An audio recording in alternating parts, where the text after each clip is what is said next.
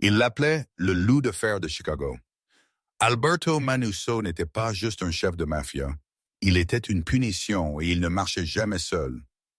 À ses côtés se trouvait Nero, un Cane Corso de 140 aili, dont les rues chuchotaient qu'il avait été élevé dans le sang. Des soldats endurcis se signaient quand les yeux de ce chien les suivaient. Les exécuteurs évitaient les pièces qu'il occupait. Personne ne pouvait approcher Alberto Manuzzo sans calculer la distance jusqu'à la sortie la plus proche. Jusqu'à une nuit de vendredi, une serveuse fauchée, épuisée nommée Kelsey Hart fit l'impensable. Elle ne figea pas. Elle ne supplia pas. Elle fit quelque chose qui arrêta le temps de lui-même et réécrivit les règles du monde souterrain de Chicago pour toujours. Ceci est l'histoire de comment une serveuse apprivoisa la bête et réclama le cœur du monstre qui tenait la laisse. Bienvenue à nouveau à Tessa Stories.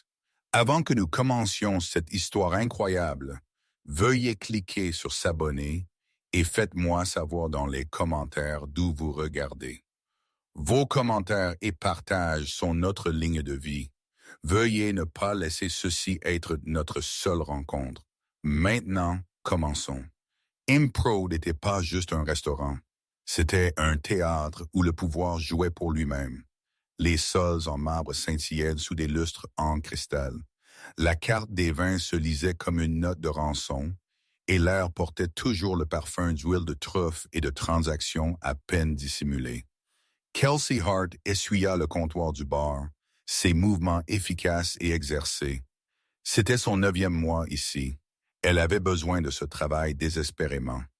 Les factures de rééducation de son frère Ethan étaient empilées sur sa table de cuisine comme une accusation, et la compagnie d'assurance avait commencé à envoyer des lettres à l'encre rouge. Ici, une seule bonne nuit pouvait couvrir une semaine de thérapie physique, table 7. Marco, le gérant de Charlie, un homme compact aux yeux nerveux, marmonna en passant. Et quoi que vous fassiez, ne faites pas de contact visuel direct. Il n'avait pas besoin de dire qui était assis à la table 7. La température de la pièce semblait changer chaque fois qu'Alberto Berto Manuzzo entrait. Il était le chef incontesté de la famille Manuzzo, un homme au visage sculpté dans le marbre romain et aux yeux de la couleur du canon de pistolet. Il portait des costumes sur mesure qui bougeaient comme l'eau et une expression qui promettait des conséquences. Mais ce n'était pas Alberto qui faisait que le restaurant retenait son souffle collectif. C'était l'ombre qui marchait à ses côtés. Nero, l'énorme roi Corso, était une arme vivante.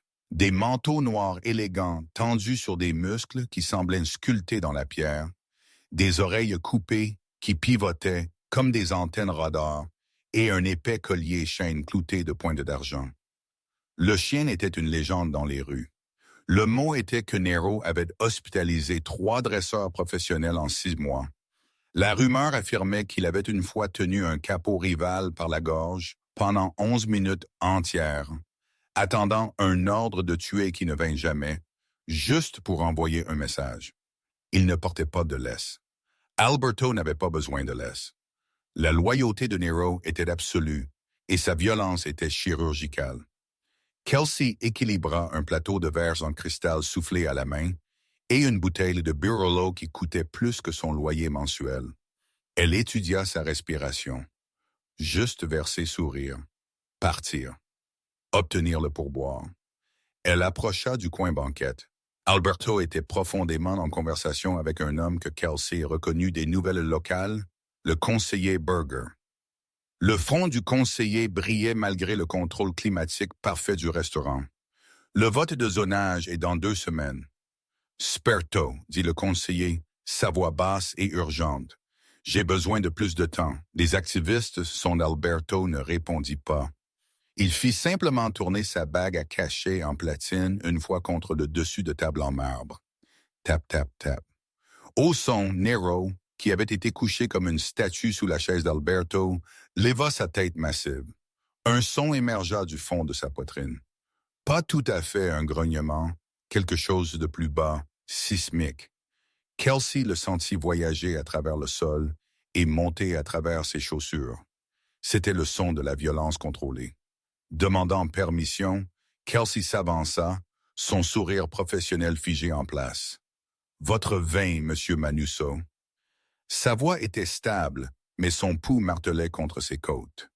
Alors qu'elle se penchait en avant pour poser le premier verre, un type de plaisir de haie ivre de la table adjacente, bruyante au visage rouge, gesticulant sauvagement, avec son téléphone trébuchant en arrière, riant à quelque chose sur son écran.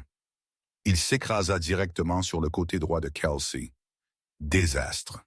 Le plateau s'inclina. La bouteille de Burolo se lança en l'air.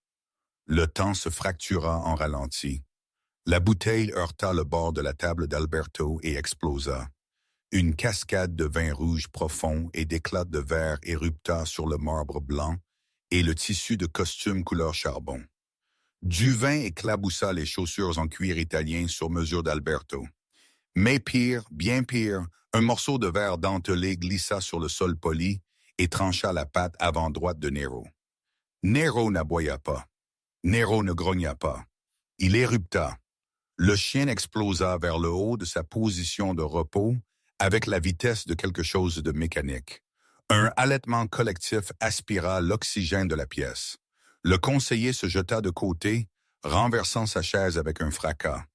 Les convives proches reculèrent en désordre. Nero ne ciblait pas l'homme ivre. Il éliminait la menace prise de son maître. Il se lança droit sur Kelsey, 140 et de létalité entraînée, un missile noir de dents et de fureur. Nero fermo. La voix d'Alberto craqua comme un fouet, mais l'ordre vint d'un battement de cœur trop tard. Kelsey ne cria pas. Elle ne courut pas. Courir déclencherait la pulsion de proie et elle serait morte avant de faire 3 pas. Quelque chose de profond et d'enfoui dans son esprit, dormant depuis 6 ans, couvert de regrets et de honte, remonta à la surface. Instinct. Elle tomba sur un genou abaissant son centre de gravité et inclina légèrement la tête, offrant son cou le signal de soumission ultime dans la structure sociale canine.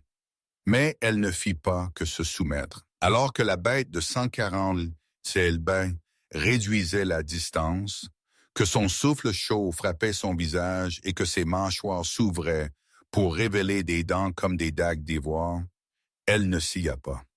Elle ne ferma pas les yeux.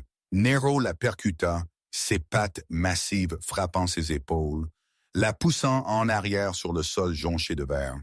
La douleur fleurit sur son dos. L'air évacua ses poumons.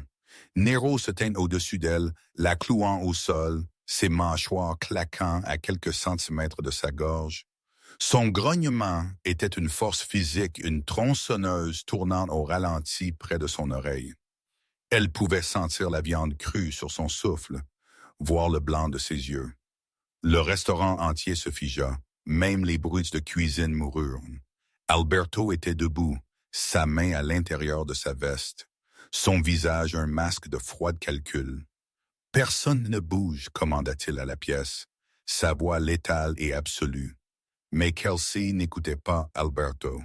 Elle regardait le chien, pas ses yeux. Ce serait un défi, une déclaration de guerre. Elle se concentra sur sa poitrine, sur l'espace entre ses épaules, gardant son corps complètement mou. Poids de mort non menaçant un mot à Zorro, chuchota-t-elle. L'Italien lui échappa inconsciemment. Calme trésor. Elle fit un son doux rythmique, un claquement de langue suivi d'une longue expiration contrôlée. C'était une technique utilisée pour réduire les pics de cortisol chez les animaux traumatisés, pour abaisser les fréquences cardiaques, pour signaler la sécurité dans le langage qui précéda les mots. Nero se figea. Le grognement mourut dans sa gorge, la confusion papillonnant dans ses yeux sombres. Kelsey bougea avec une lenteur agonisante, levant une main, paume vers le bas, doigt lâche vers la poitrine du chien. Ne pas tendre la main vers sa tête, ne pas agripper, juste offrir le contact, offrir la confiance. « Bravo, ragazzo » murmura-t-elle, sa voix à peine audible. « Bon garçon ». Ses doigts entrèrent en contact avec la poitrine de Nero. Elle appliqua la pression la plus douce, Une subtile poussée en retour accompagnée d'une douce expiration. Une seconde passa, puis deux, et puis, impossiblement, la machine à tuer de 140 livres fit un pas en arrière, puis un autre.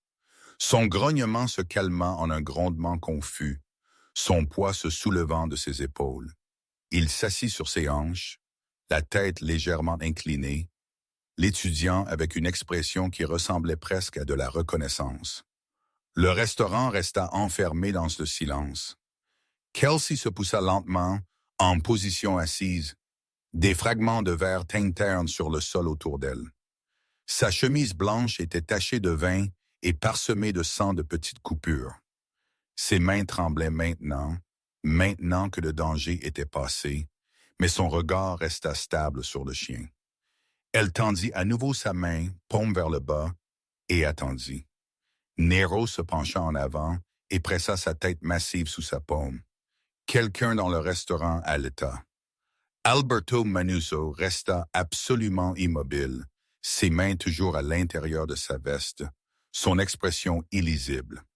Il regarda la serveuse assise sur son sol, couverte de vin et de verre, avec son arme indomptable, posant sa tête dans sa main comme un chiot cherchant du réconfort. Kelsey leva les yeux alors, rencontrant les yeux d'Alberto pour la première fois. « Je suis désolé pour vos chaussures, dit-elle doucement. Et le vin. » Alberto l'étudia un long moment.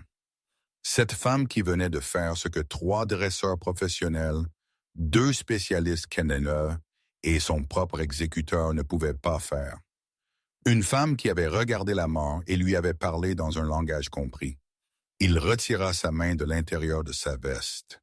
Son expression ne changea pas, mais quelque chose changea dans ses yeux.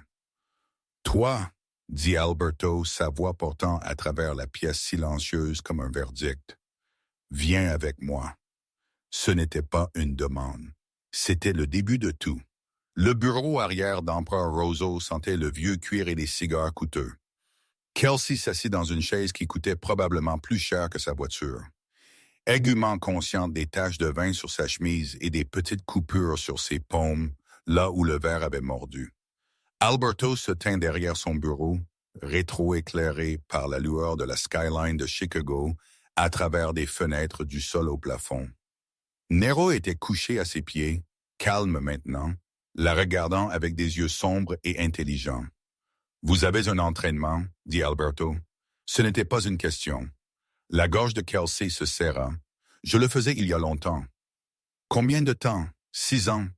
Pourquoi avez-vous arrêté? » La question atterrit comme un coup physique. Kelsey regarda ses mains, au vin séchant entre ses doigts. « J'ai fait de l'erreur d'avoir raison quand des gens puissants voulaient que j'aie tort. » Alberto l'étudia en silence. Quand il parla à nouveau, sa voix porta une qualité différente, non plus douce mais plus précise, comme un chirurgien sélectionnant l'instrument correct. Mon père a entraîné Nero dès un chiot chien d'attaque animale de protection arme. Il marqua une pause, sa mâchoire se serrant presque imperceptiblement. Mon père croyait que les chiens devaient être brisés avant de pouvoir être utiles, que la peur et la douleur craignent la loyauté. Kelsey leva les yeux, rencontrant son regard. Ce n'est pas de la loyauté, c'est de la survie. Non. Alberto fut d'accord. Ce n'était pas le cas. Et maintenant j'ai un chien qui a déjà tué, qui voit des menaces dans les ombres, qui ne peut pas distinguer entre protection et exécution. Il se déplaça autour du bureau, s'appuyant contre son bord, les bras croisés. 3 dresseurs ont essayé de le réhabiliter.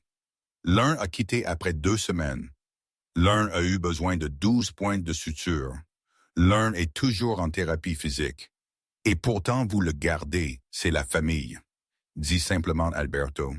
Vous n'abandonnez pas la famille parce qu'elle est difficile. Kelsey sentit quelque chose bouger dans sa poitrine, une reconnaissance d'une philosophie qu'elle comprenait trop bien. Que voulez-vous de moi? Je veux que vous répariez ce que mon père a brisé. Alberto sortit une carte de visite de sa poche et la posa sur le bureau entre eux. Elle était vierge sauf pour un numéro de téléphone. Je vous offre un travail de vivre dans mon domaine. Travailler avec Nero à temps plein. Vous aurez accès à toutes les ressources dont vous avez besoin, équipements spécialistes vétérinaires, tout ce que vous exigez. Je suis une serveuse, dit doucement Kelsey. Je n'ai pas travaillé avec des chiens depuis des années. Vous êtes une comportementaliste canine qui se cachait derrière un comptoir de bar. La voix d'Alberto coupa à travers sa déviation. Vous avez contrôlé un chien d'attaque entraîné avec votre voix et votre langage corporel au milieu du chaos. Ce n'est pas quelque chose que vous oubliez. C'est qui vous êtes. Le pouls de Kelsey martelait dans sa gorge. Je ne peux pas juste quitter mon travail. J'ai des factures. Mon frère, votre frère Ethan, 23 ans, lésion médulaire d'un accident de voiture il y a 14 mois. Il est actuellement dans une installation de rééducation financée par l'État sur le côté ouest qui est en sous-effectif et sous-financé. La récitation d'Alberto était clinique, factuelle et terrifiante dans sa complétude. Il a besoin de thérapie physique intensive, de thérapie occupationnelle et de traitements expérimentaux que votre assurance ne couvrira pas. Le sang de Kelsey se glaça. Comment faites-vous? Je fais de connaître les choses de mon affaire. Alberto se poussa du bureau et fit un pas plus près. Voici ce que j'offre. Vous travaillez pour moi et Ethan est transféré à l'Institut de rééducation de North Shore. Chambre privée, équipe médicale complète, toutes les thérapies dont il a besoin, chaque traitement expérimental disponible. Je couvre tout. C'était comme si l'air avait été aspiré de la pièce.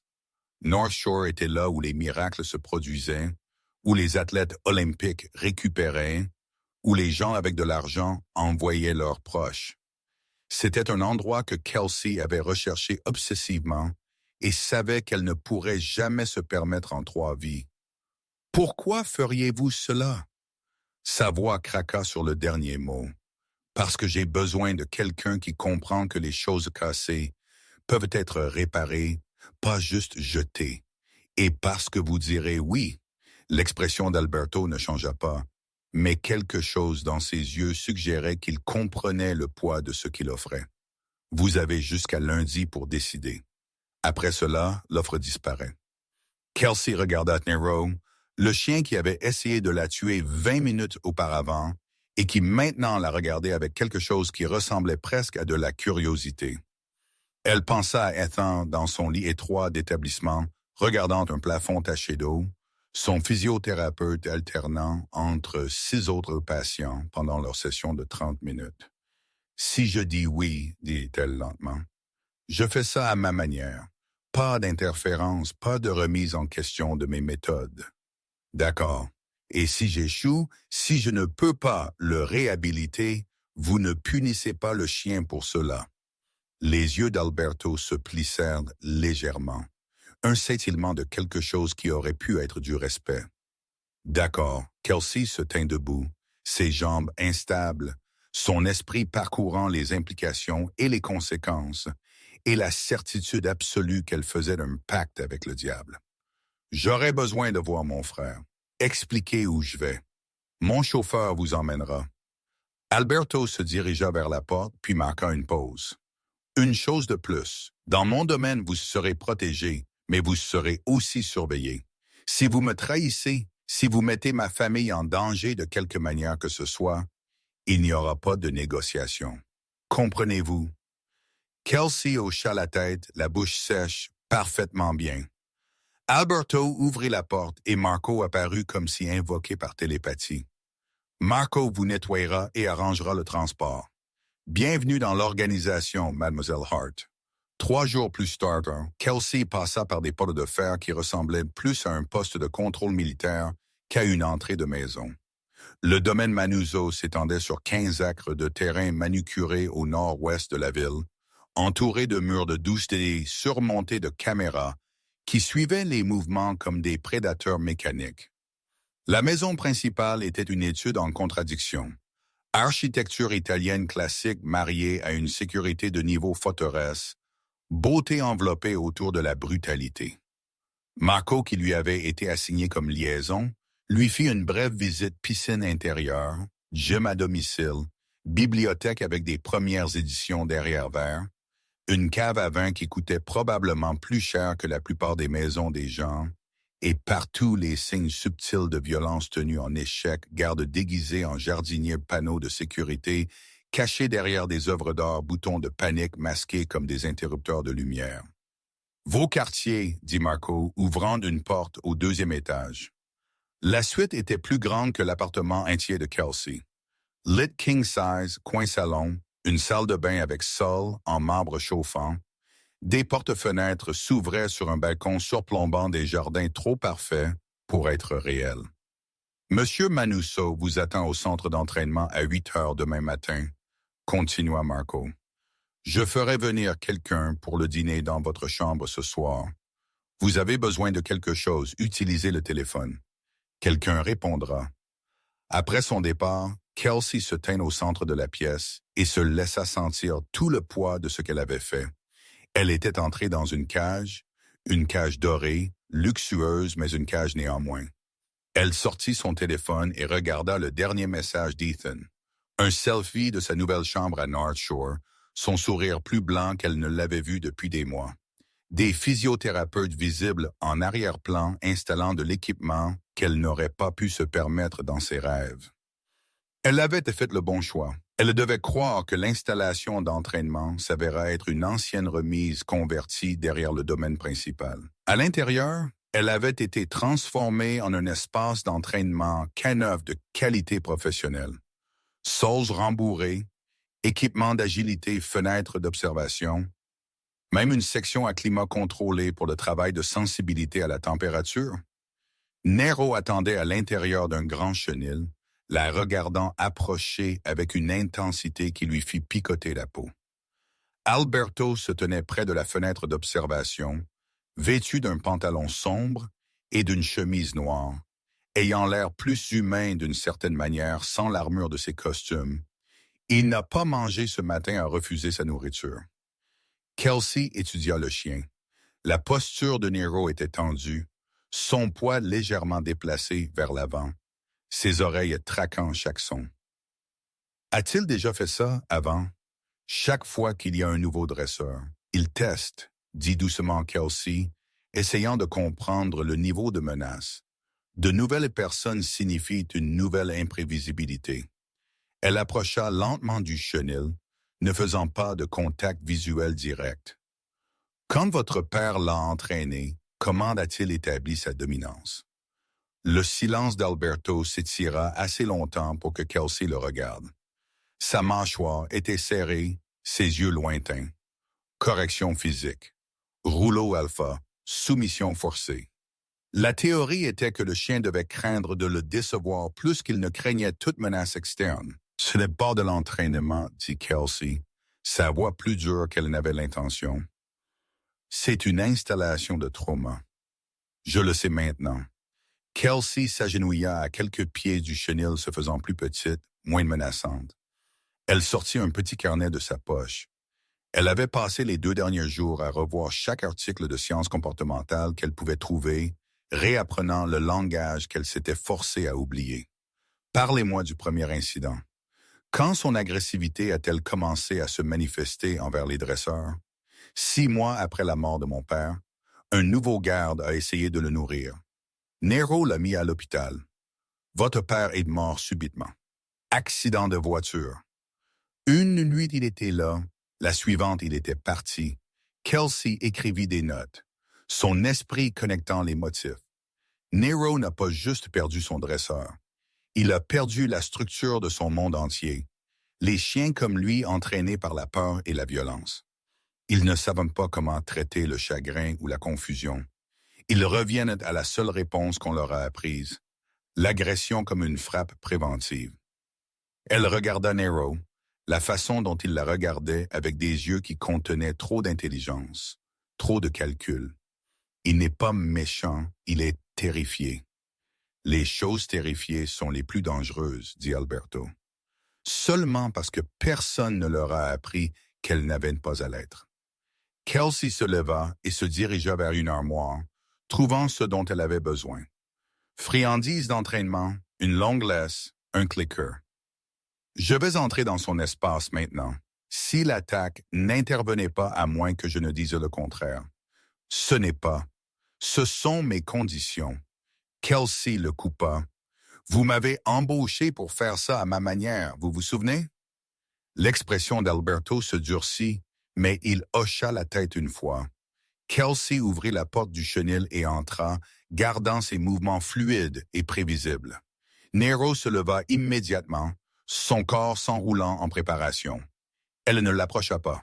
Au lieu de cela, elle s'assit sur le sol contre le mur du fond et sortit son téléphone, l'ignorant délibérément. 5 minutes passèrent, 10. Nero resta debout, regardant, analysant. Kelsey fit défiler du contenu sans signification, sa vision périphérique traquant chaque micro-mouvement du chien. Lentement, presque imperceptiblement, la posture de Nero se détendit. Son poids se déplaça vers l'arrière.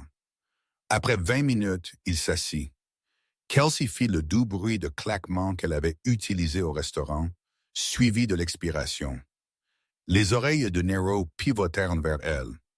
Elle ne le regarda toujours pas directement, mais elle jeta une friandise dans sa direction, pas sur lui, juste près de lui, et offrant sans attendre.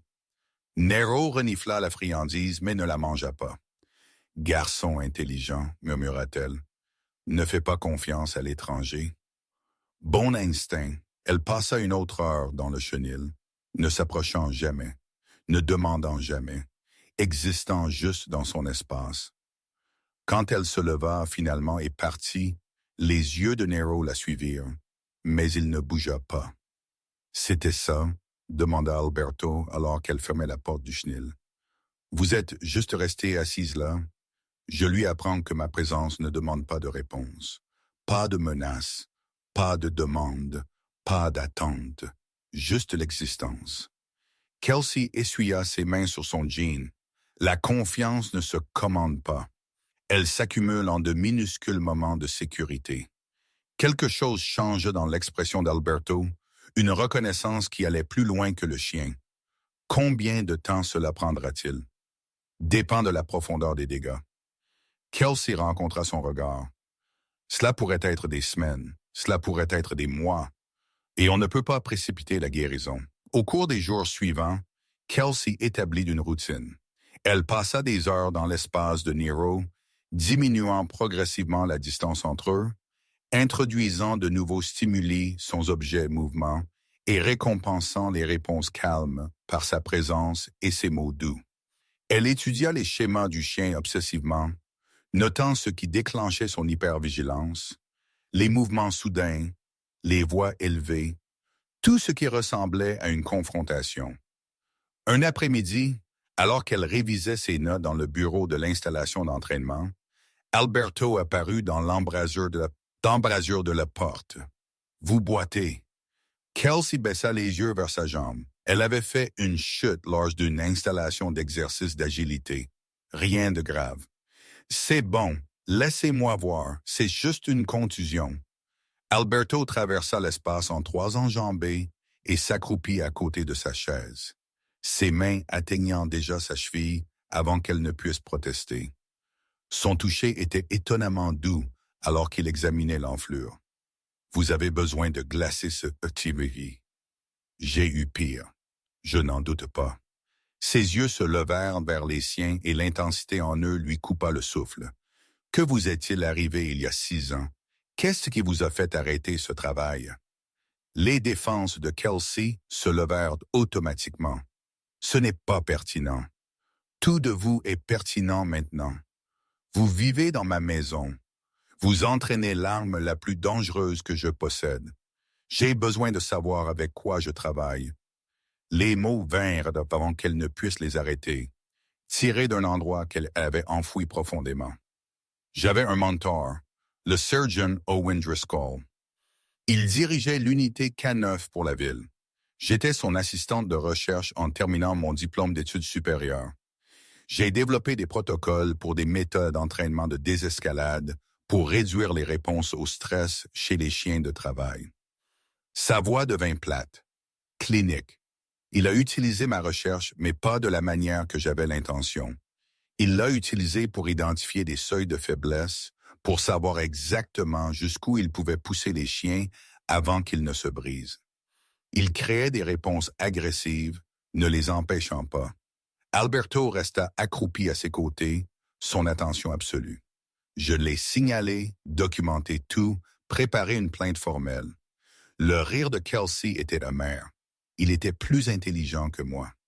Avait planifié cette possibilité. Il avait falsifié des dossiers, manipulé des données pour faire croire que j'avais autorisé l'abus de protocole, me rendant complice. Au moment où l'enquête se termina, c'est moi qui fus mise sur liste noire. Ma carrière était terminée avant de commencer, et Driscoll fut forcé à la retraite avec pleine pension. La dernière fois que j'ai entendu, il consultait pour des entreprises de sécurité privée. Alberto se leva, son expression illisible. Vous avez été puni pour avoir fait la bonne chose. Bienvenue à comment le monde fonctionne. Non, dit doucement Alberto. Bienvenue à comment les lâches dirigent le monde. Les gens comme Driscoll, ils opèrent dans des systèmes conçus pour les protéger. Ils se cachent derrière les processus et les procédures. Il se dirigea vers la fenêtre, regardant les terrains. Les gens comme nous survivons dans les marges. Nous apprenons à faire confiance à nos instincts plutôt qu'aux institutions. Nous devenons l'autorité que nous souhaiterions voir exister. Kelsey le fixa. Cet homme qui régnait par la violence mais parlait comme quelqu'un qui comprenait la trahison à un niveau intime. Est-ce que ce que vous vous dites, que vous êtes une sorte d'alternative juste? Non, dit Alberto, se tournant pour lui faire face. Je ne me fais aucune illusion sur ce que je suis, mais je suis honnête à ce sujet et je protège ce qui est à moi. Il retint son regard. Vous êtes mienne maintenant, sous ma protection. Quiconque vient pour vous passe par moi d'abord. La promesse aurait dû la terrifier. Au lieu de cela, elle calma quelque chose dans sa poitrine qui avait été instable pendant 6 ans. Votre chien est prêt pour la prochaine étape, dit Kelsey, se déplaçant vers un terrain plus sûr. Demain, je veux introduire une socialisation contrôlée. Il a besoin d'apprendre que la proximité des autres ne signifie pas toujours une menace. Utilisez Marco. Il est ici depuis le plus longtemps. Je pensais à vous. Les sourcils d'Alberto se levèrent fractionnellement. Moi? La loyauté de Nero est envers vous. Vous êtes le point d'ancrage. S'il peut apprendre à faire confiance aux autres en votre présence, cela crée un cadre. Structure de meute avec vous comme l'alpha qu'il protège, pas seulement qu'il obéit. Kelsey se tint debout, testant son poids sur sa jambe contusionnée. À moins que vous ne fassiez pas confiance à mon jugement. Un fantôme de sourire toucha la bouche d'Alberto, la première expression véritable qu'elle avait vue de lui. Je fais très bien confiance à votre jugement, mademoiselle Hart. 8. Demain matin. Kelsey, corrigea-t-elle. Si nous allons faire ceci, utilisez mon nom. Kelsey, répéta Alberto. Et d'une certaine manière, son nom et sa voix sonnaient différemment. Moins comme un identifiant et plus comme une revendication. 8. Demain matin, après son départ, Kelsey retourna au chenil de Nero. Le chien était couché maintenant, plus détendu qu'elle ne l'avait jamais vu. Elle s'assit à l'extérieur des barreaux, assez près pour qu'il puisse sentir sa présence, mais assez loin pour maintenir sa zone de confort. « Toi et moi, dit-elle doucement, nous sommes tous les deux ici parce que quelqu'un nous a brisés et s'attendait à ce que nous l'acceptions juste, mais nous ne sommes pas brisés, n'est-ce pas? Nous attendons juste que le monde rattrape ce que nous savons déjà. Que survivre ne vous rend pas faible. Cela vous rend dangereux. » La queue de Nero bougea une fois contre le sol. Un petit signe de reconnaissance. Ce n'était pas encore de la confiance, mais c'était le début de quelque chose qui y ressemblait. La brise matinale portait la morsure acérée de l'automne, alors que Kelsey marchait sur le chemin du périmètre avec Nero à ses côtés. C'était leur 4e semaine ensemble, et la transformation avait été remarquable. Le chien portait toujours de la tension dans ses épaules, scannait toujours constamment les menaces. Mais maintenant, il marchait à ses côtés sans laisse répondant aux subtils signaux de la main et aux indications vocales avec une précision qui frôlait la télépathie. Elle avait commencé ses marches de périmètre il y a 1 semaine, élargissant progressivement la zone de confort de Nero au-delà de l'installation d'entraînement. Alberto avait insisté pour que Marco les accompagne, protocole de sécurité, mais le chef de la sécurité gardait une distance respectueuse, permettant à Kelsey de travailler sans interférence. Marco était ex-militaire, compact et efficace avec des yeux qui ne cessaient de bouger. Il lui rappela Nero d'une certaine manière. Les deux entraînés à voir le danger en tout. Il répond bien. Marco appela de 20 pieds en arrière. Monsieur Manusseau sera content. Kelsey sourit, passant sa main le long de l'épaule de Nero. Le chien avait appris à accepter le toucher, même à le chercher lors de moments d'incertitude. C'était une percée qui lui serrait encore la poitrine, avec quelque chose comme de la fierté. Il se souvient de qui il était censé être avant la peur. Le craquement du coup de fusil fait là le matin comme un éclair. L'esprit de Kelsey enregistra 3 choses simultanément. Le son, le corps de Marco se contractant en arrière, et la transformation instantanée de Nero de compagnon en arme. Les muscles du chien se contractèrent, sa tête pivotant vers la lisière des arbres, 200 verges à l'est. Un grognement montant dans sa poitrine qui vibrait à travers le sol. Marco. Kelsey tomba en position accroupie, son entraînement annulant la panique. Rester bas. Évaluer. Réagir. Marco était au sol, serrant son épaule, le sang suintant entre ses doigts. Son visage était devenu blanc, mais sa voix resta stable. Allez à la maison. Maintenant, prenez le chien et courez. Un autre coup craqua. Celui-ci frappa le mur de pierre derrière eux, envoyant des éclats de béton en pulvérisation. Le cœur de Kelsey martelait contre ses côtes. Le tireur avait l'avantage du terrain, la distance et le temps d'ajuster. Courir signifiait exposer leur dos. Rester signifiait être abattu un par un, mais le tireur ne savait pas pour Nero. Marco, pouvez-vous bouger? Ne soyez pas stupide. Sortez d'ici. Pouvez-vous bouger? La voix de Kelsey coupa à travers sa protestation avec une précision chirurgicale. Oui, pas vite. L'esprit de Kelsey parcourut les options. À travers des années de recherche sur le déploiement tactique K9, à travers chaque article qu'elle avait écrit sur l'agression contrôlée dans des environnements de stress élevé. Nero la regardait attendant la direction, son corps entier un point d'interrogation demandant un but. Elle n'avait jamais fait cela sur le terrain, seulement en théorie, en simulation, en exercice académique qui semblait stérile et lointain comparé au sang sur la chemise de Marco et à la certitude mathématique d'une autre balle à venir. Nero. Sa voix tomba au registre de commande, le ton qui contournait la pensée et déclenchait la réponse. Piste. Elle pointa vers la lisière des arbres, vers la position élevée d'où des tirs avaient été originaires. La tête de Nero claquait dans cette direction, ses narines s'évassant. Les chiens ne pouvaient poursuivre les balles, mais ils pouvaient suivre les réponses de peur, le pic d'adrénaline, la signature olfactive spécifique de quelqu'un en mode prédateur en alerte élevée. Poursuivre, contenir, pas tuer. Les ordres étaient un pari. Elle avait pratiqué le cadre dans l'installation d'entraînement, utilisant des acteurs engagés et des scénarios de simulation, mais la théorie et la réalité étaient séparées par un océan de variables qu'elle ne pouvait pas contrôler.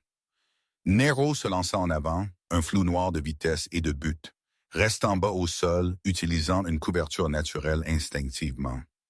Il ne chargeait pas aveuglément. Il chassait se déplaçant selon des motifs imprévisibles qui le rendaient presque impossible à cibler. Kelsey attrapa Marco sous son bon bras et le tira vers une fontaine en pierre à 20 pieds de distance.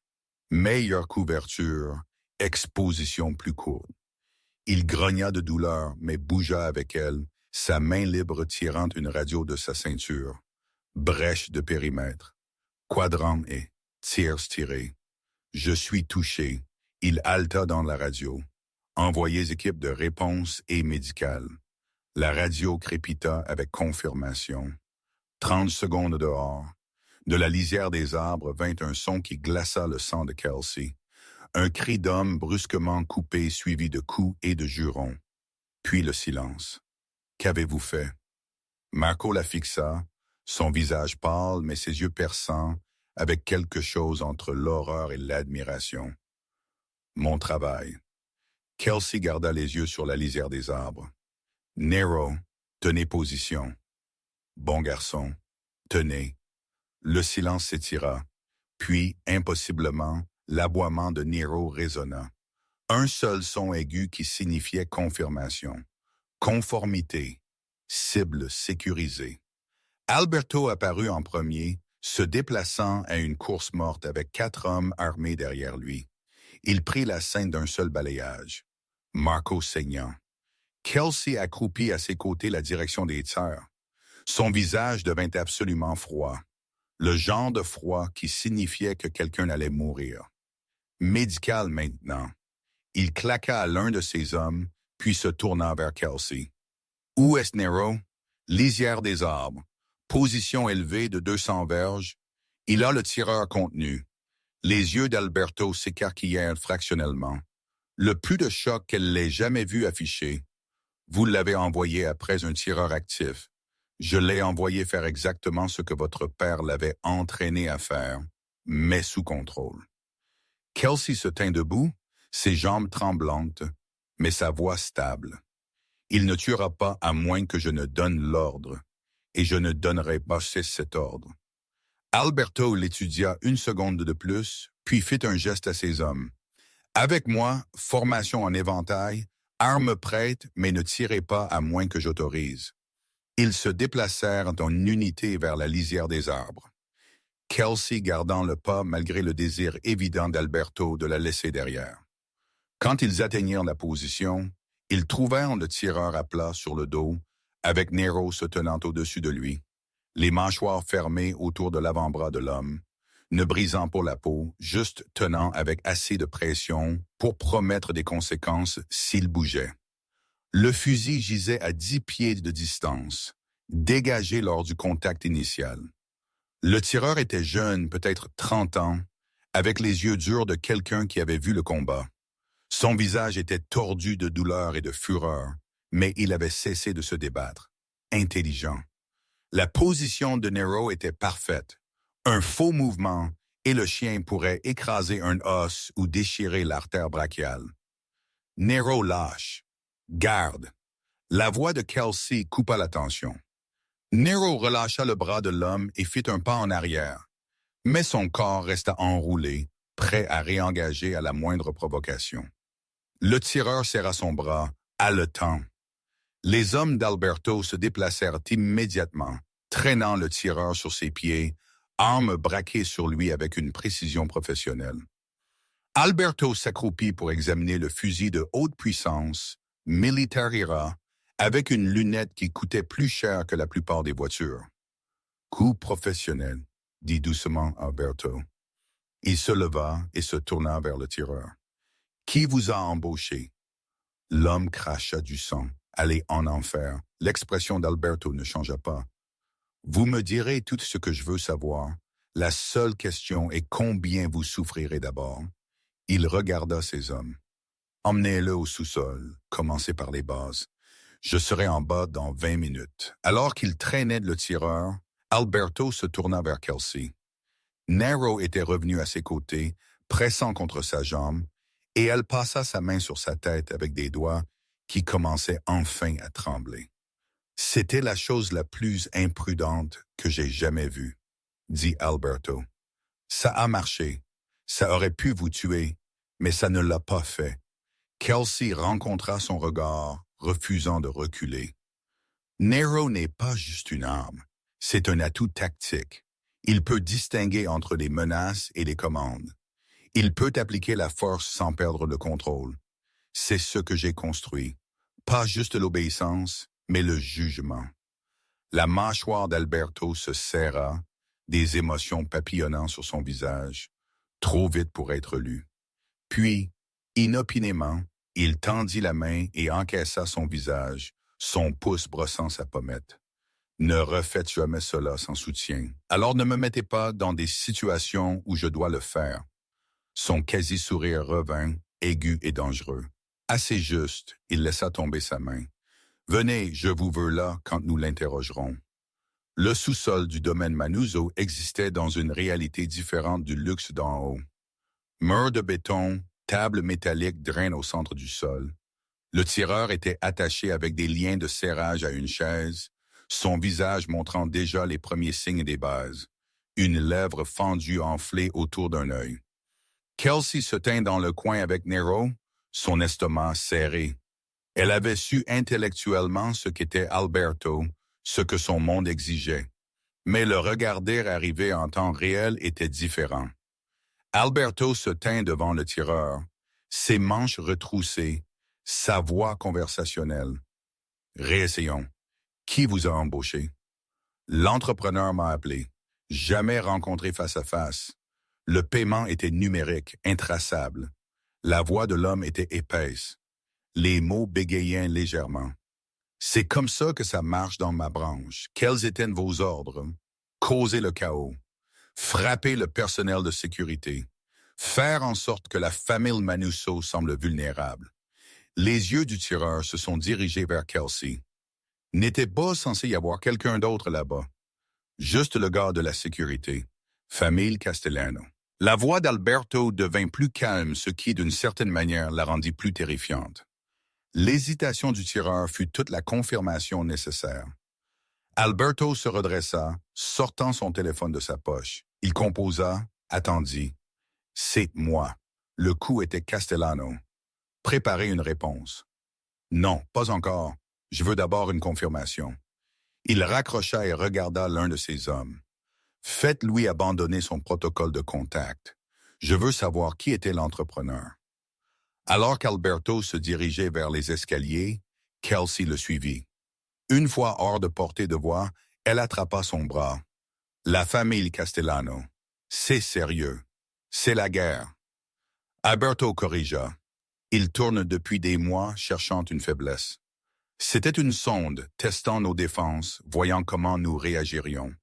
Ses yeux étaient lointains, calculateurs. Ils ont découvert que nous sommes plus forts qu'ils ne le pensaient.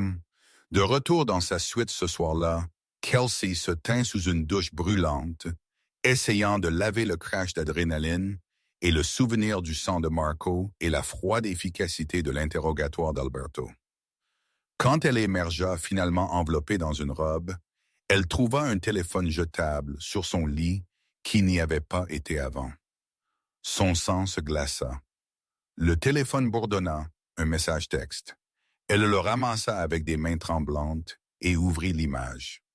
Ethan dans sa chambre à North Shore, assis dans son fauteuil roulant près de la fenêtre, souriant à quelque chose hors cadre. Mais superposé sur l'image était un réticule rouge centré parfaitement sur sa poitrine. Le texte ci-dessous lisait « Vérifiez votre email personnel. Dossier privé. Faites exactement ce que je dis ou il meurt. » L'esprit de Kelsey devint aveugle de terreur, puis se claqua en hyper-clarté. Elle attrapa son ordinateur portable, se connecta à son email avec des mains tremblantes. Le dossier était là. Elle ne l'y avait pas mis. À l'intérieur se trouvait un seul message d'un compte anonyme.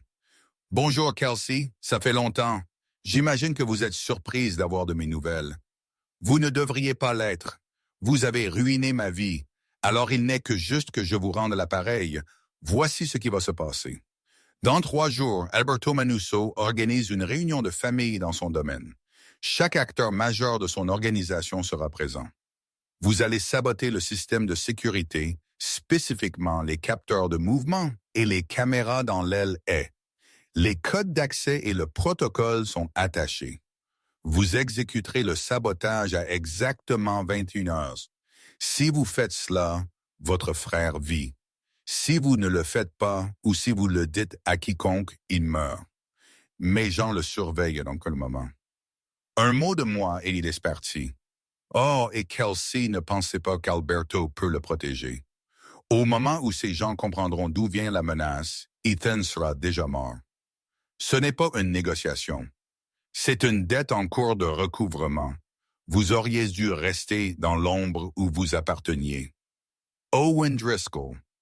Kelsey lut le message 3 fois, ses mains serrant si fort que les bords de l'ordinateur portable mordaient dans ses paumes. Driscoll, l'homme qui avait détruit sa carrière, qui avait pris sa recherche et l'avait transformée en arme, qui était parti indemne pendant qu'elle avait tout perdu. Et maintenant, il était de retour utilisant son frère comme levier, la forçant à trahir la seule personne qui lui avait donné une chance de se reconstruire. Un coup à sa porte lui fit claquer l'ordinateur portable. « Oui, c'est Marco. Monsieur Manousso veut vous voir dans son bureau. » Kelsey força sa voix à être stable. « Je serai là tout de suite. » Elle s'habilla mécaniquement, son esprit parcourant des scénarios impossibles. Dire à Alberto et risquer Ethan. Rester silencieuse et devenir complice de tout ce que Driscoll planifiait. Essayer de courir et tout perdre. Le bureau d'Alberto était tout en bois sombre et cuir, des murs tapissés de livres en italien et en anglais. Un feu crépitant dans la cheminée malgré la saison. Il se tenait à la fenêtre, un verre de whisky à la main, regardant les terrains où Marco avait failli mourir ce matin-là. « Vous vouliez me voir? » Alberto se tourna. Son visage était revenu à son masque composé habituel, mais ses yeux contenaient quelque chose de plus sombre. Le tireur parla. L'entrepreneur était Driscoll. Owen Driscoll. Le cœur de Kelsey s'arrêta. « Quoi, votre ancien mentor? » Il travaille pour la famille Castellano comme consultant opérations tactiques, analyse de sécurité. Le regard d'Alberto était assez aiguisé pour couper et il a spécifiquement demandé des informations sur mon maître chien sur vous. La pièce s'inclina. Kelsey agrippa le dossier d'une chaise pour se stabiliser. « Il est ici pour moi. » « Il semble que oui. » Alberto posa son whisky et traversa vers elle, sa présence écrasante dans l'espace confiné. Il ne s'agissait pas de déstabiliser mon opération.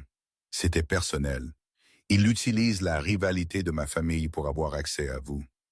La réunion, Kelsey s'entendit dire. Dans 3 jours. La réunion de famille à laquelle il va. La main d'Alberto jaillit, lui agrippant le menton, la forçant à le regarder dans les yeux. Que savez-vous? L'esprit de Kelsey tourbillonna. Elle pourrait mentir. Elle devrait mentir.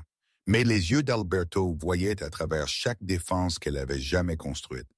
Et soudain, elle était épuisée de porter des secrets, de survivre seule, d'être la seule à savoir à quel point elle était près du bord.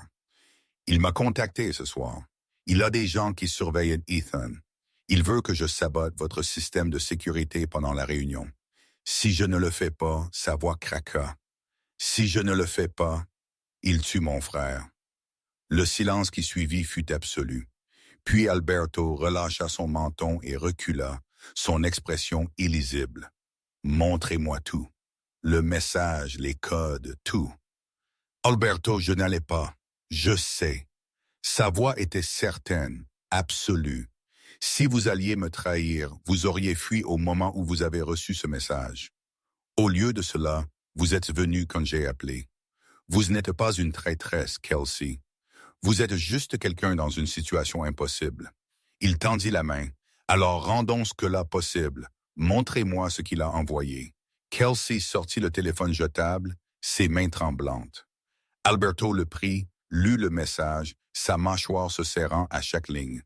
Quand il eut fini, il la regarda avec une expression qui était presque douce. « Il parie que vous paniquerez, que vous vous conformerez ou fuirez. Il ne vous connaît pas. » Alberto sortit son propre téléphone, textant rapidement. « Mais moi, oui. Et maintenant, nous allons lui apprendre ce qui arrive quand il s'en prend à ce qui est à moi. Comment il a des gens sur Ethan en ce moment? Si nous bougeons mal, nous ne bougerons pas mal. » Le sourire d'Alberto était froid et absolument létal parce que nous n'allons pas arrêter son plan. Nous allons le laisser penser que ça marche et ensuite nous allons le détruire. Le plan d'Alberto était élégant dans sa simplicité et terrifiant dans son exécution. Il procéderait à la réunion de famille exactement comme prévu. Kelsey suivrait les instructions de Driscoll à la lettre. Désactiver les systèmes de sécurité à précisément 9 heures.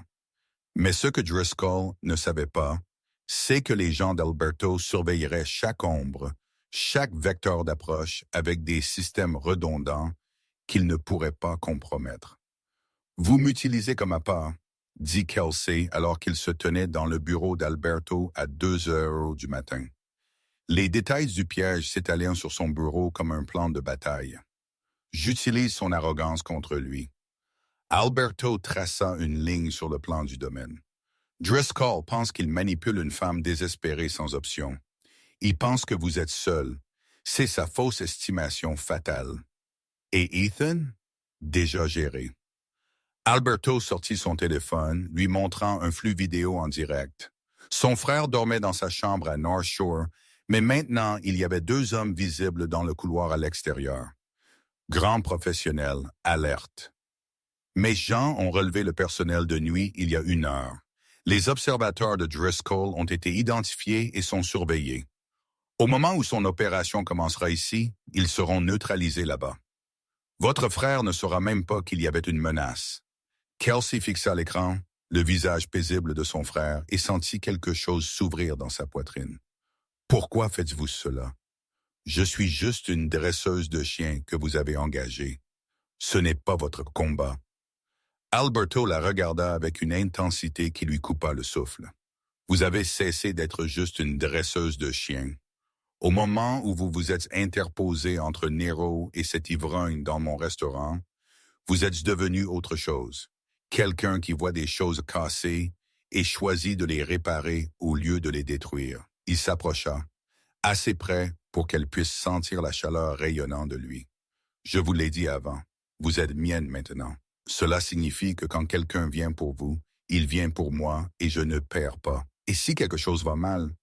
Et si il toucha son visage, le geste faisant taire sa spirale de peur? Alors nous nous adaptons, mais nous le faisons ensemble. Plus de porter cela seul, Kelsey. Ce n'est plus comme ça que ça marche. Elle voulait se pencher dans ce toucher, dans la promesse de protection et de partenariat qu'il offrait. Au lieu de cela, elle recula, ayant besoin de l'espace pour penser clairement. Dites-moi le reste du plan. Ils passèrent les 2 heures suivantes et passaient en revue chaque détail. La réunion aurait lieu dans la salle à manger de l'aile est isolée, élégante, la cible parfaite pour un assaut ambitieux. Les personnes clés d'Alberto seraient là, son contrôleur financier, son chef des opérations. Tous connaîtraient la vérité. Tous seraient armés et prêts. Kelsey exécuterait le sabotage de sécurité comme instruit, mais les techniciens d'Alberto avaient modifié les codes fournis par Driscoll. Les caméras apparaîtraient hors ligne tout en enregistrant réellement sur des serveurs cachés. Les capteurs de mouvement sembleraient désactivés, tandis que les systèmes de sauvegarde suivraient chaque mouvement. Quand l'équipe de Driscoll entrerait, ils croiraient qu'ils étaient invisibles. Ils se tromperaient. Il viendra pour Nero, dit Kelsey, étudiant la disposition. Il sait que le chien est votre protection ultime. Il essaiera de le neutraliser d'abord, probablement en utilisant le conditionnement d'attaque que votre père a installé. Peut-il annuler votre entraînement? La bouche de Kelsey devint sèche, je ne sais pas. Le conditionnement que votre père a utilisé, il va profondément intégrer au niveau neurologique. Si Driscoll a les bons protocoles de commande, les bonnes phrases de déclenchement. Elle regarda Nero, qui gisait près de la cheminée, ses yeux sombres les regardant. J'ai construit de nouvelles voies, nouvelles associations, mais les anciennes sont toujours là, dormantes.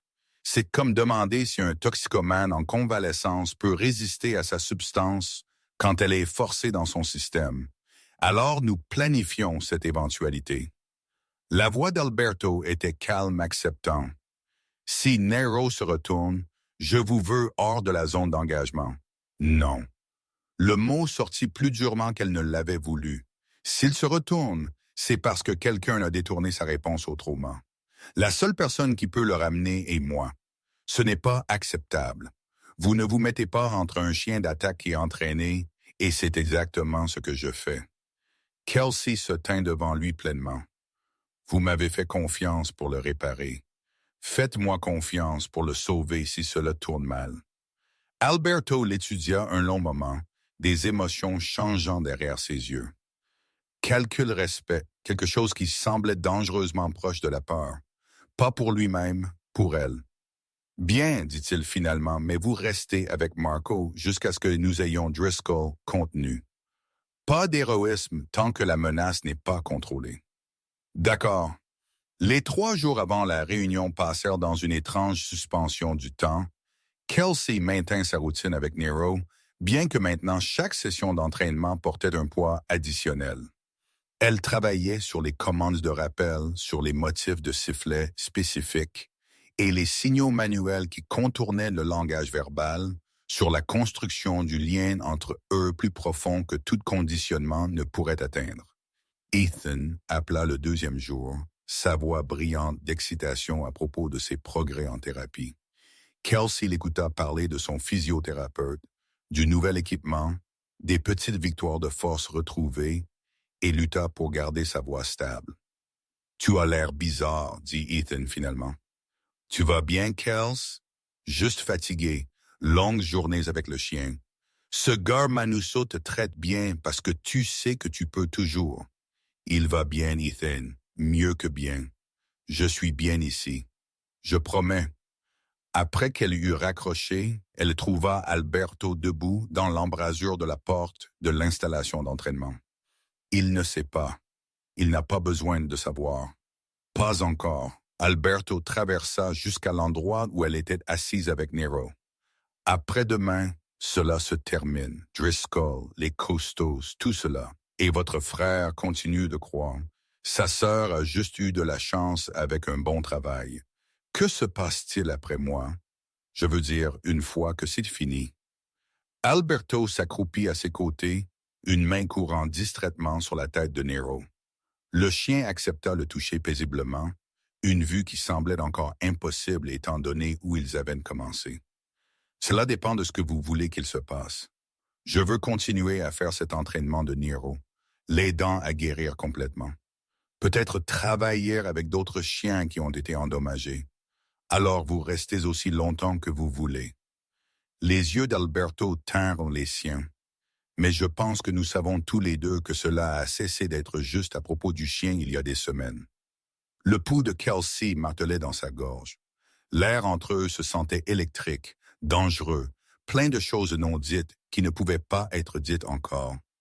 Pas avec deux mains qui se profilaient. Une crise à la fois. Assez juste, il se leva, offrant sa main pour l'aider à se lever. « Reposez-vous. Demain va être long. » La nuit de la réunion arriva avec le poids de l'inévitabilité. Kelsey s'habilla d'un pantalon sombre et d'une chemise noire ajustée, des vêtements professionnels mais pratiques qui ne restreindraient pas les mouvements si tout allait en enfer. Elle glissa le téléphone jetable dans sa poche, le rappel physique de ce qui était en jeu. À 8h30, les membres de la famille commencèrent à arriver.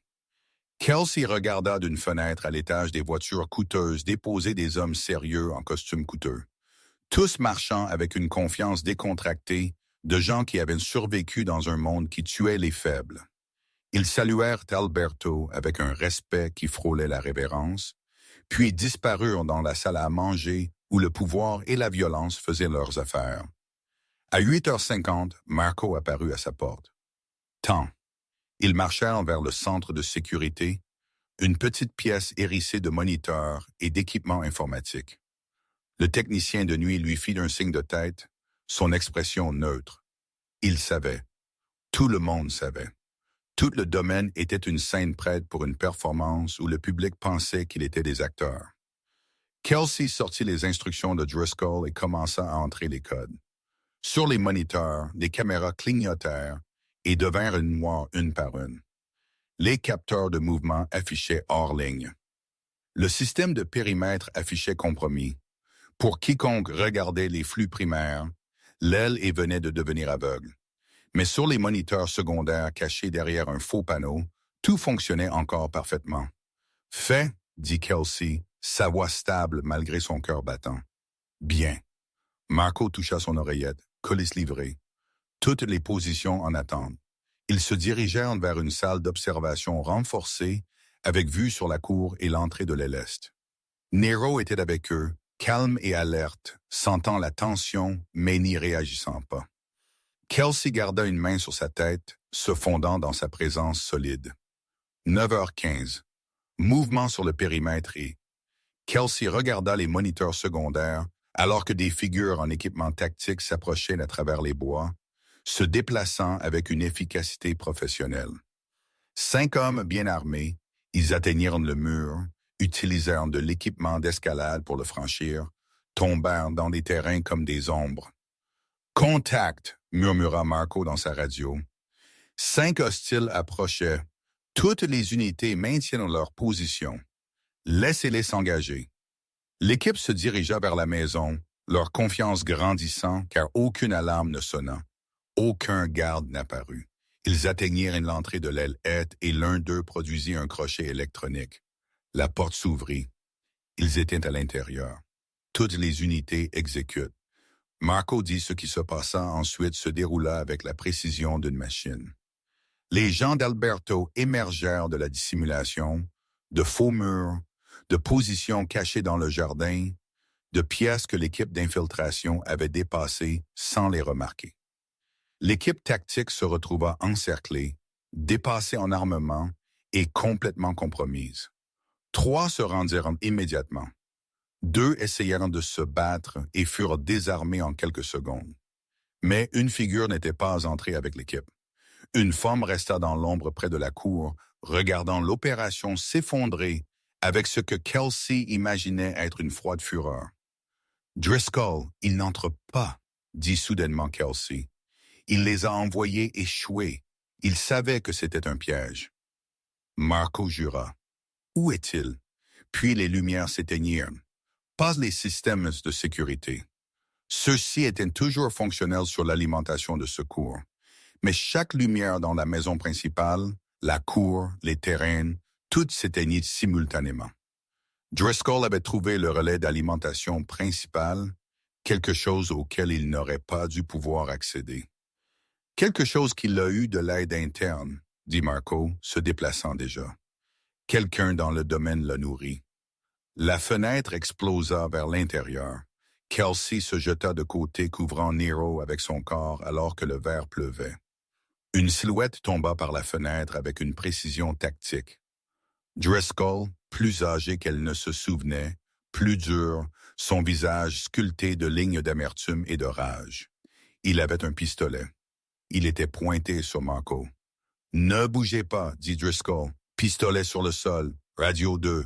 Faites-le maintenant. » Marco obéit, ses mouvements lents et délibérés. Driscoll repoussa les 2 objets, puis ses yeux trouvèrent Kelsey. « Bonjour, Kelsey.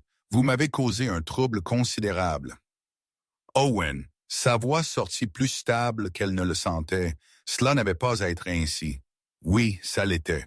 Driscoll s'avança plus loin dans la pièce, gardant l'arme braquée entre elle et Marco. « Vous avez détruit ma carrière, ma réputation. Vous m'avez tout pris parce que vous ne pouviez pas comprendre que parfois le travail exige des choix difficiles. Vous avez torturé des animaux. Vous avez militarisé ma recherche aussi. J'ai créé des soldats. » La voix de Driscoll craqua de fureur. « J'ai créé les unités K9 les plus efficaces que le département ait jamais vues. Mais vous étiez trop molle, trop faible pour voir que la force vient de briser et de reconstruire. Tout comme je vous ai brisé. Tout comme je vais briser tout ce que vous avez essayé de construire ici. » Nero grogna bas et dangereux. Les yeux de Driscoll se posèrent sur le chien, travaillant toujours avec des animaux endommagés. « Je vois. Certaines choses ne changent jamais. » Driscoll sourit et ce fut une expression terrible. Mais je connais celui-ci. J'ai étudié les protocoles d'entraînement du père de votre petit ami. Travail fascinant, brutal mais efficace. Ce chien a une programmation enfouie profondément et je sais exactement comment l'activer. Owen, non. La voix de Driscoll changea, tombant dans une cadence spécifique, utilisant des mots dans un langage que Kelsey ne reconnaissait pas. Phrases de commande, protocoles d'activation, les clés linguistiques que le père d'Alberto avait intégrées dans l'esprit de Nero avant que Kelsey ne l'ait jamais touché. Le corps entier de Nero devint rigide. Ses yeux changèrent. La conscience, la personnalité qu'elle avait minutieusement construite pendant des semaines semblèrent reculer derrière quelque chose de plus vieux, plus froid, plus violent. Il se retira du toucher de Kelsey, son attention se fixant sur l'embrasure de la porte où la voix d'Alberto pouvait être entendue donnant des ordres à ses gens. Nero, non. La voix de Kelsey était urgente mais contrôlée. « Reste. Regarde-moi. Reste. » Driscoll parla à nouveau une autre phrase, et le grognement de Nero s'intensifia. Le conditionnement du chien combattait son entraînement, d'anciens chemins neuronaux s'y rencontrent de nouveau, et Kelsey pouvait le voir se fracturer en temps réel. « Il va déchirer votre petit ami de la mafia, » dit Driscoll avec satisfaction. « Et vous allez regarder. » Poétique, vraiment. Votre faiblesse détruisant ce que vous avez essayé de protéger. Driscoll se dirigea vers la porte, arme toujours braquée sur eux. Quand ce sera fini, quand Manusseau sera mort et que son organisation sera le chaos, je vous emmène avec moi. Les costauds sont des acheteurs intéressés par votre expertise. Vous allez passer le reste de votre vie à faire exactement ce que je vous dis, à créer exactement ce dont j'ai besoin. Appelez cela le paiement pour les années que vous m'avez coûté. Il atteignit de la porte, prononça une dernière phrase de commande. Nero fonça en avant, un flou sombre d'intentions violentes, se dirigeant vers la voix d'Alberto. Non. Kelsey se lança après le chien, Marco criant derrière elle, mais elle était plus rapide, poussée par quelque chose au-delà de la pensée ou de l'autopréservation. Elle rattrapa Nero dans la cour. Alberto se tenait près de la fontaine, dirigeant ses gens coordonnant le